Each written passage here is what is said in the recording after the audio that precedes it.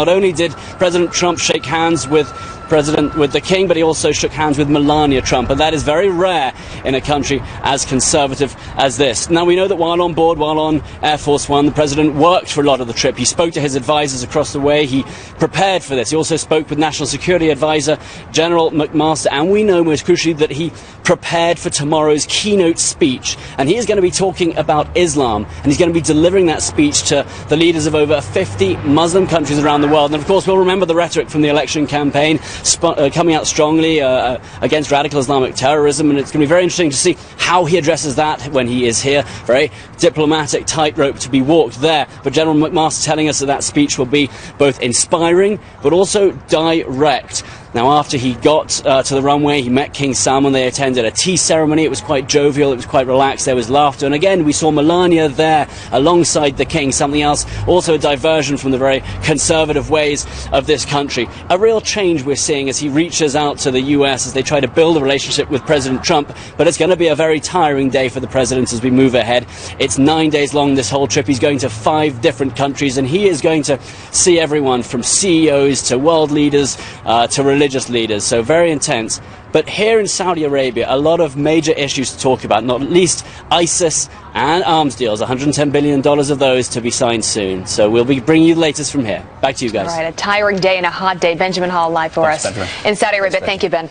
Certainly is. A historic trip, a 12-hour flight. They just landed. They're in official meetings all morning. We're going to bring them to you, by the way, over the course of this broadcast as things happen. But the greeting at the tarmac, such a stark contrast to President Obama last year when he visited. This was after the Iran deal. He came to Saudi Arabia, was not greeted at the tarmac at all, very much seen as a snub, as a widening of the relations with the United States. Looking at this video right here, which just happened moments ago, a huge contrast. Yeah, we carried that. I recall that well. We carried that live here on Fox and Friends, and we were pointing out that, well, you can't read this as any other way but a snub by the Saudi Arabian government and by the king. And when the President Obama had arrived there, so he's welcomed on that sort of red carpet there. Interesting show of respect. But they've got some difficult issues ahead. He's been critical of Saudi Arabia. He was certainly critical of Saudi Arabia on the campaign trail, and certainly its relationship to 9/11. He went after George W. Bush on that very relationship. So it's interesting to see that embrace on that tarmac. Very, very interesting, especially when you think about the past few months and the travel ban and the narrative here at home about Trump, being against, the Arab community and that narrative. And then you see that welcoming on the tarmac. It looks like they're ready for a change. It looks like they are embracing some of the policies that we've already seen so far from President Trump that we will likely hear tomorrow in that big speech that he will give. We will, of course, air that right here on Fox and Friends tomorrow morning. They want to turn the page on the Obama administration so fast it's not even funny. I mean, it's not just the tarmac. We're talking about trumpets blaring, cannons, 7 Saudi jets with red, white, and blue smoke. There are billboards all over the capital of Riyadh with President Trump and the King Salman's face on them. The streets lined with U.S. and Saudi flags. I mean, they have rolled it out for President Trump. Part of the reason is it's not just the bulwark to the Iran deal. It's also they want in the Muslim world, in the Arab world, respect. They respect strength. They respect leadership. I saw that when I served over there. They don't want weakness and equivocation. They see a leader back on the world stage, I think, and they want to embrace that. And that's exactly what General Jack Keane was saying. He said this trip is hugely important because it shows that America is back on the map again. Here's what he said.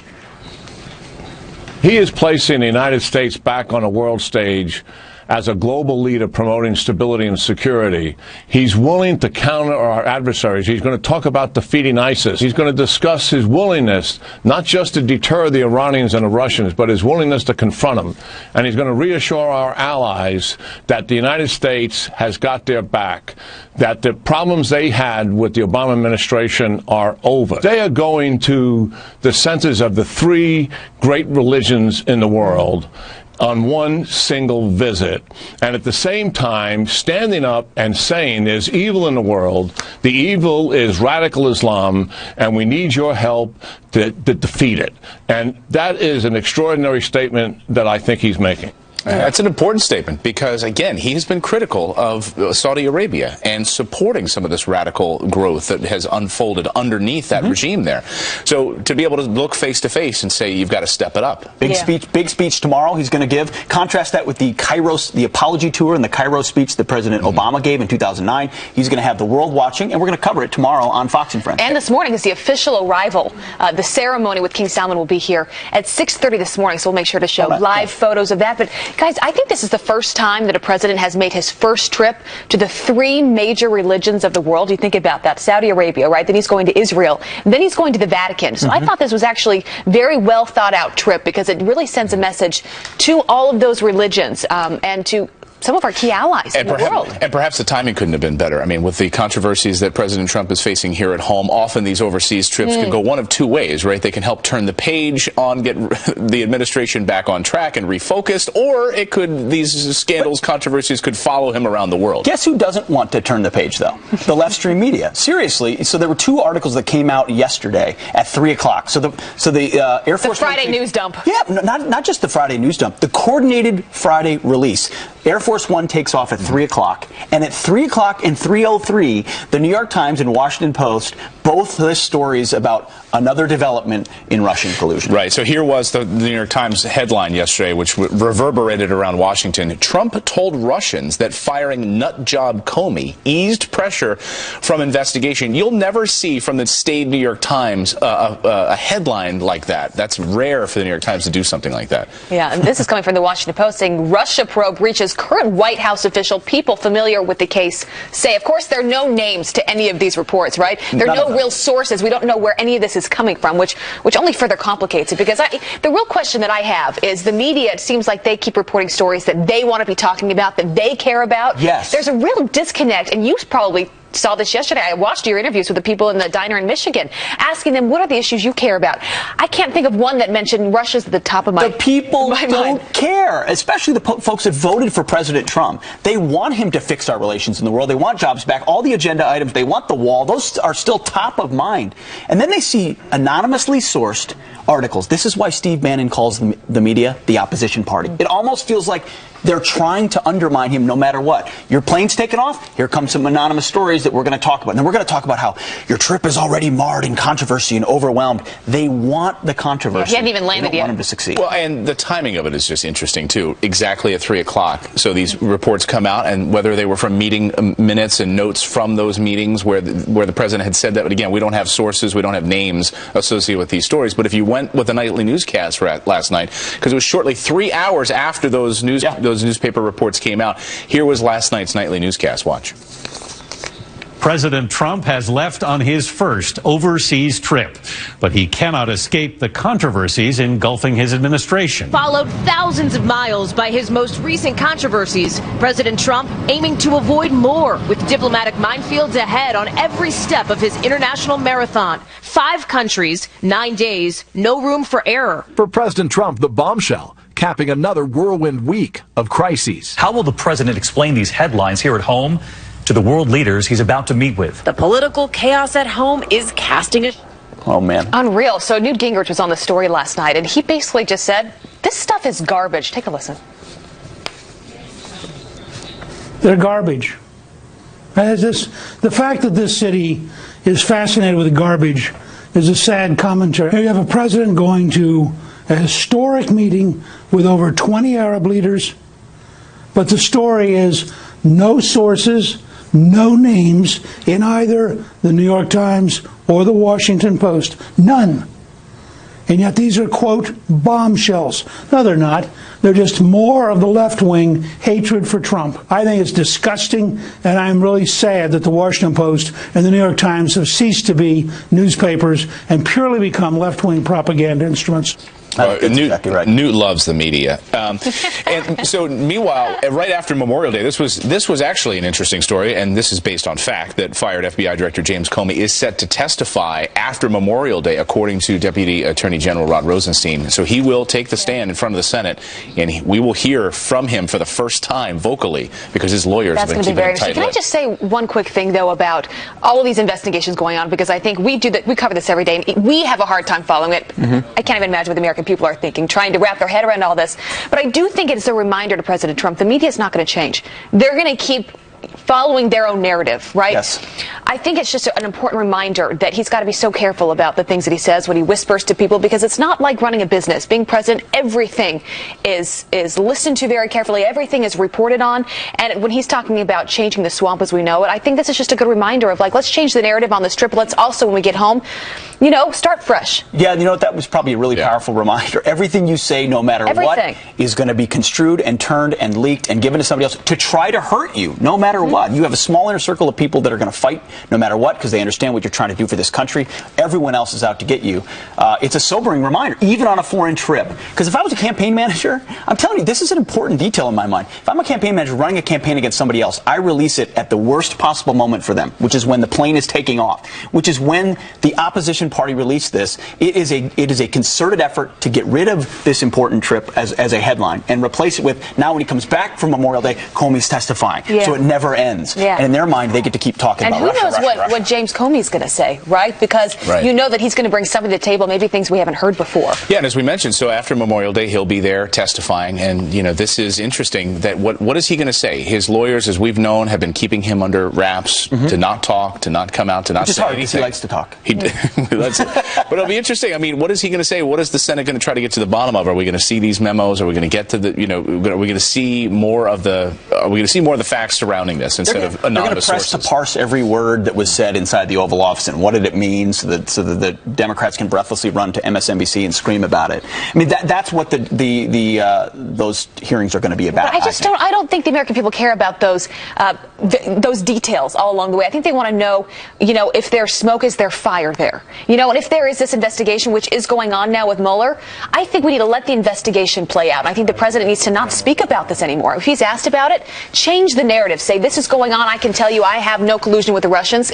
I believe him at his word. If that's what he's saying, you know, you always want to believe your commander-in-chief with what he says. You got to turn Let the investigation go on. And yes, Clayton, turn the page. Because the most important thing, if you read the Wall Street Journal yesterday, the trouble for the Republicans right now is their agenda that they're trying to push through. Tax reform, health care reform, trying to get these things pushed through. This is something that can derail you for years. Right. And they're still committed to doing it this year, so hopefully they can, right the ship. All right, well, to some other headlines we're following this morning. Fighter jets scrambling to escort an American Airlines flight from Los Angeles to Hawaii after a passenger tried forcing his way into the cockpit. Authorities say Turkish national Unil Uskanil tried walking to the front while wearing a blanket on his head and carrying a laptop, while passengers and flight crew restraining him with duct tape. This video showing FBI agents arresting him on the plane in Honolulu after landing safely. Luckily, no injuries were reported. While no motive is known, we know he was detained and released earlier Friday morning at LAX for trespassing. He's expected to be charged. And driving ISIS to its knees, Defense Secretary James Mattis outlining President Trump's order to annihilate the terror group and quickly.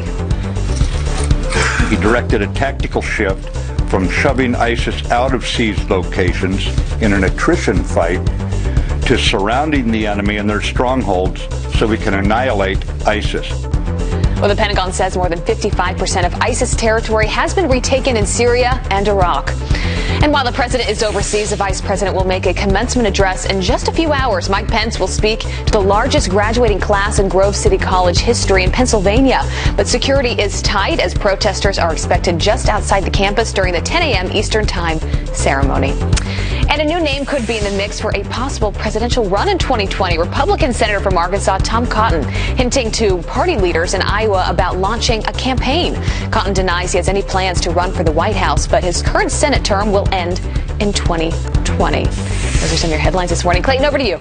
All right, thanks so much, Abby. Well, listen to this. It's been called one of President Trump's toughest weeks yet, as he's come under fire from lawmakers on both sides of the aisle. Faced off with the mainstream media this week and battled leaks coming from inside Washington and his own administration. So how can the president fight back and win? Here to weigh in is founder of American Majority and former speechwriter for President George W. Bush, Ned Ryan. Nice to see you this morning, Ned. Thanks, Clayton. Good to be here. I'm interested in this discussion here because the president, as you mentioned, is being attacked from all sides right now. Republicans, Democrats, the media. How does he begin to, at a high level, just start to change this narrative? I mean, first of all, one of the basic principles in politics, if you don't like the narrative, change it. So he's got to change the narrative. Again, I think this trip's going to help. He's going to be out there having very important meetings, very important speeches. That's going to help. What I would have liked to have seen before he took off, again, I think Trump and the White House need to look at this. This is not going to stop. The mainstream media, their enemies inside the deep state, bureaucratic state, they're not going to stop. This is going to be a continued fight. I said on Twitter the other day, this is basically a cage match between the deep state and their allies in the mainstream media and Trump. Only one is going to walk out. I would like to see the duly elected president of the United States walk out and win this fight, but they have to view this as a fight. And they have to go on the offense. And one of the first things you say about that offense is to clean house. They have to clean house, and I think we've got to look at it saying, okay, we have to restructure, especially the comms team. I've been saying that we've got to get a new White House press secretary. Okay. I'd like to also see a new White House chief of staff. We need to reshape the team, make it more put it on offense, change the narrative. And one of the ways I would have changed the narrative before I left for overseas, if I were Trump, I would have said before I left, I'm advising the DOJ to reopen the case into Hillary Clinton's private email server. I don't think that was ever successfully concluded. I would also advise the DOJ to open an investigation to Susan Rice and Ben Rhodes for the unmasking of American citizens, putting those names into transcripts and passing them around the bureaucracy. I would also advise the Office of Inspector General inside the DOJ to put a special task force together to pursue these leakers inside the bureaucratic state. And finally, I would tell McMaster, I would tell Tillerson, I would tell Pompeo that every last holdover from the Obama administration will be fired effective immediately. We will not stand for this anymore, having leaks from the CIA, the NSA, or the State Department. And that's where you believe these leaks are coming from? I do believe that. Again, I'm also concerned about some people inside the White House as well, but I would say, and the thing that's important to understand in all this, I think that most of the people inside the intelligence community, great people, hardworking people, honest people, I think this is a very small group of people that essentially declared war on Trump the night he was elected and said, we are going to fight against Trump. We are going to undermine the duly elected president of the United States for political purposes, for political differences. So I think Trump, if he can come back, rejigger the team, go on offense, change the narrative, because what I'm concerned about is if he does not change the narrative, it's going to undermine his agenda, and he's got a great agenda. I want to see him be successful. It's going to be brutal if he can't. All right, Ned Ryan, great to see you this morning. Thanks, former speechwriter for President George W. Bush. Coming up here on the show, Fox News Alert now. We are awaiting the arrival ceremony for President Trump in Saudi Arabia as he kicks off his first foreign trip there. Is that what he needs to put the focus back on his agenda?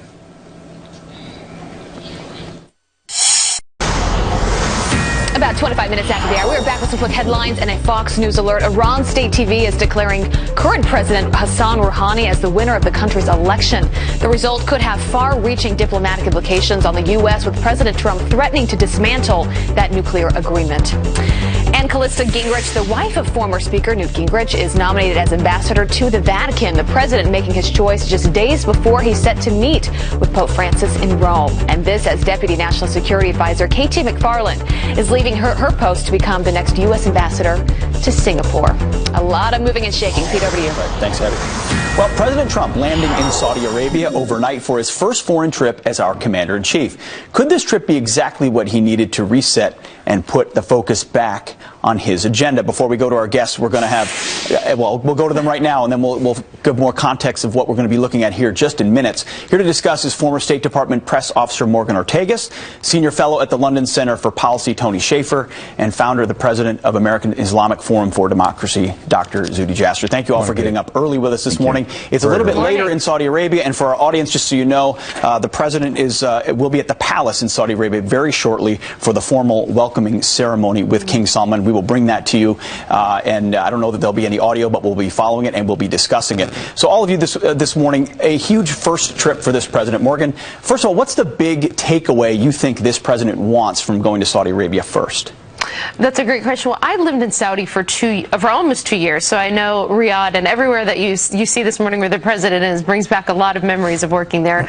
I think the big takeaway is that he needs to reset the dynamic in the region. What you've seen is an incredibly aggressive Iran. Iran has not only been meddling in Iraq and Syria, as we've seen, but they've actually been doing harm in Bahrain, in Yemen. These are all on the coast of Saudi Arabia. The Gulf is the Saudi is the biggest country in the Gulf, and they're, of course, the Sunni side. And you've seen the Shia-dominated Iran festering in Yemen, in Bahrain, lots of protests. So Iran meddles around the entire region. They're a menace to Saudi, not only to us. They threaten our ally in Israel. And over the past 8 years, you've seen a very weakened Saudi Arabia. And the other Gulf countries really trust Saudi and really rely on Saudi to be that counter to Iran. So today, I think the president is resetting the relationship between the U.S. and Saudi Arabia. And the only way that you will have an effective counter to Iran is through a strengthened Saudi Arabia. Well, Colonel Schaefer, to that note, when you see the video that we're playing, it's the president walking down on the red carpet, the king greeting him right there. And it's not just a greeting there. There's trumpets and cannons and jets with red, white, and blue. There's American flags in the city. There's just a very different billboards with both of their faces on it. Right. This is more than just a greeting. Right. Well, you said it earlier. Look, Pete, it's respect. It was notable when President Obama made his last trip there. They kind of, the plane landed and he kind of got off of it and looked for someone to greet him. Like, he lost his luggage. He had to go look for that. This is completely different, and it's meant to show a signal that President Trump is respected, and more importantly, that they are taking him seriously.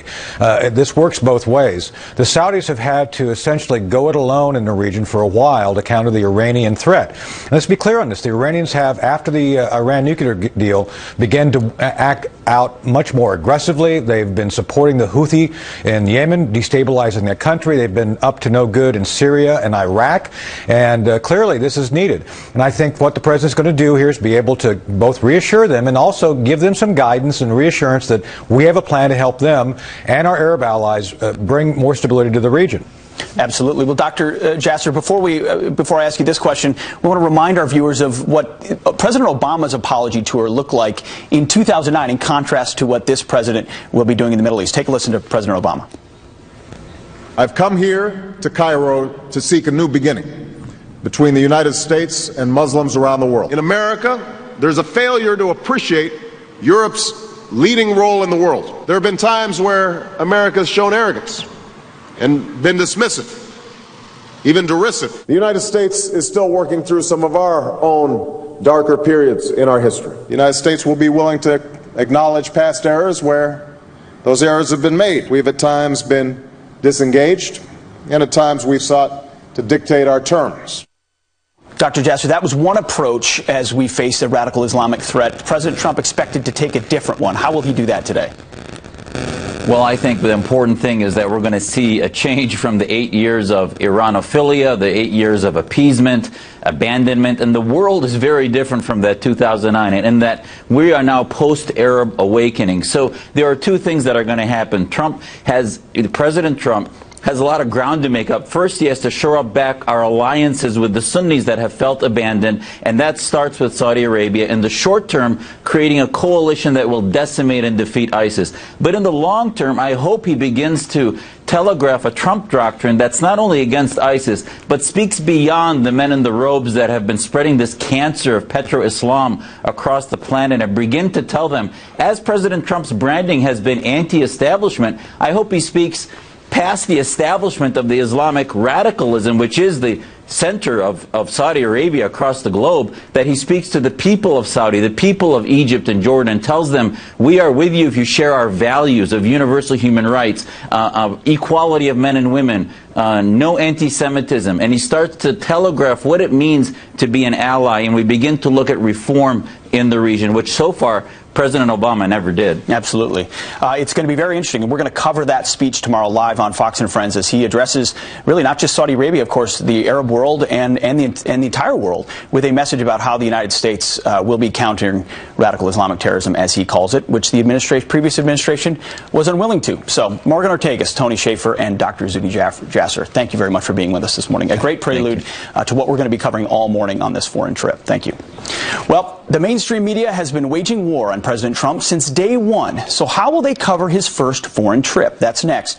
And we heard about Hillary's intense debate preparation. And this morning, some video from that preparation. It may have surfaced. Was she practicing how to avoid touching Donald Trump? We are back with with a Fox News alert. President Trump landing in Saudi Arabia overnight for his first foreign trip as our commander-in-chief. And right now we are awaiting in just moments the president and first lady's arrival at the palace there for their formal welcoming ceremony with King Solomon. When it happens, we will bring it to you live right here on this channel. Well, meanwhile, radio talk show host Rush Limbaugh lashing out at the treatment of our president, calling what's unfolding a silent coup. There's nothing. There's not a scintilla.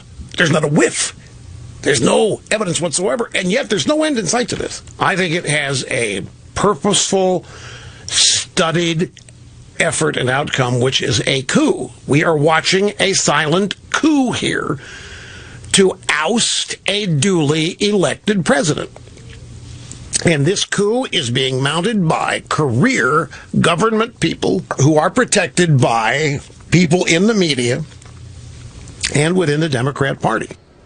Well, here to react is radio talk show host for The Blaze, Lawrence Jones. Lawrence, great to see you this morning. I see you guys. Good to have you here in person. Do you agree? Yeah, it's fun. Do you agree with Rush that there is zero evidence? I mean, we have a special counsel now investigating this, Robert Mueller. Zero evidence? Do you agree with Rush on this? Yeah, it's just a fact right now. There's no evidence to suggest that the president colluded with Russia. Dianne Feinstein, who's a Democrat, was former Intel committee, said there is no evidence. James Comey told the president that there is no evidence. I'm just looking for the evidence. With all the leaks, why hasn't there been any evidence leaked to the press? Are we mixing mixing all this together in one big stew? It's like a big jambalaya. Because on the one hand, you have why Robert Mueller is here in the first place is what's unfolded with the Flynn investigation. It was Comey forced out as a result of that. And then on the second, you have this Russia collusion story. And then you've got other stuff. And then did they interfere with our election side of the story? Right. It is a Russia stew. So this is the media's fault because they've tried to loop Donald Trump into this. Yes, Russia did try to influence this election. We know that for a fact. But Donald Trump had nothing to do with it. At least they haven't presented any evidence. And so what I've suggested to the mainstream media, if you're going to accuse the president of the United States of essentially being a double agent for Russia, I don't think it's a big thing to actually present evidence for the American people. But I think they're linking up with the Democratic Party, trying to destroy this man. You had people like Maxine Waters saying from day one that they wanted to impeach this president. And how do you impeach him? Well, you say he's connected to Russia. So how does he change the narrative? Because I think there is a frustration that the problem is we aren't talking about things that the American people care most about. They care about healthcare, the economy, keeping them safe, right? This Russia stuff has been dominating the headlines since he's been in office. What can he do as president? Because the media is not going to change. How can he change the narrative? Regain his focus and communicate with the American people. I said this the other day. The president wants to be liked by the press. For some reason, he's governed his entire life mostly by polls and press because he's a businessman and an entertainer. And he loves TV. And he loves TV. Stop giving these guys interviews.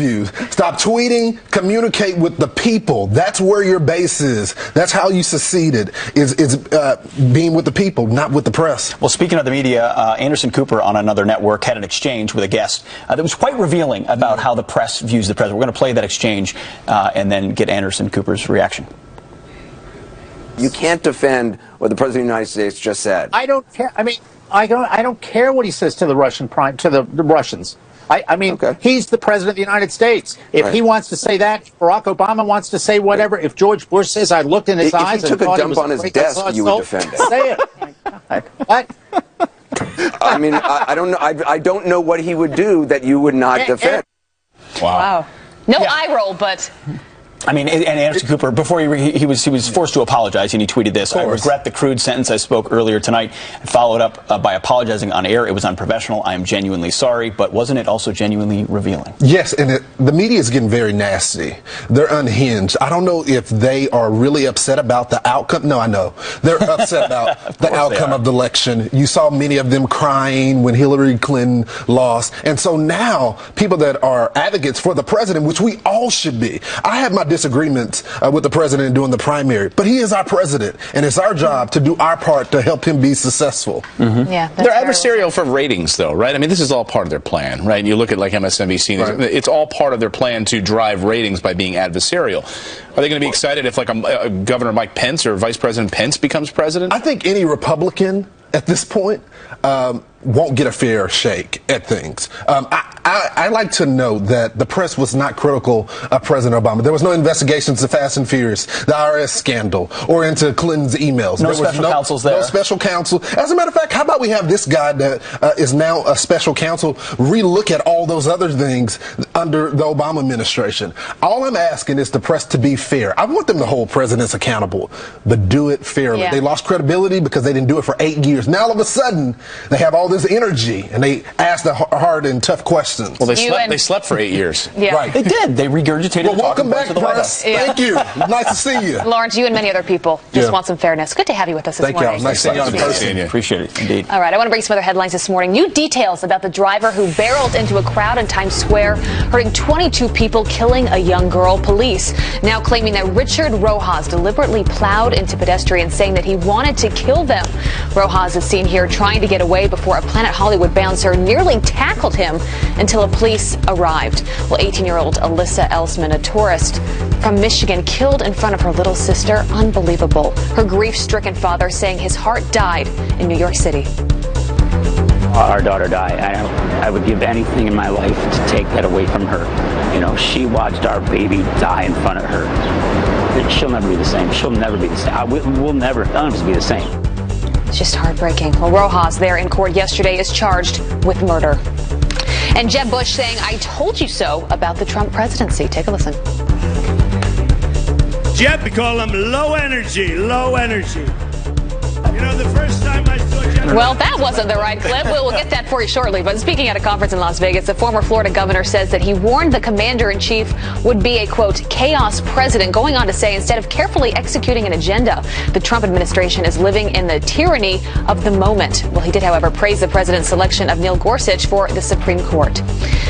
And remember those icy handshakes between President Trump and Hillary Clinton at the debates? Oh, boy, do I remember those. Well, it turns out that Hillary may have practiced avoiding a hug.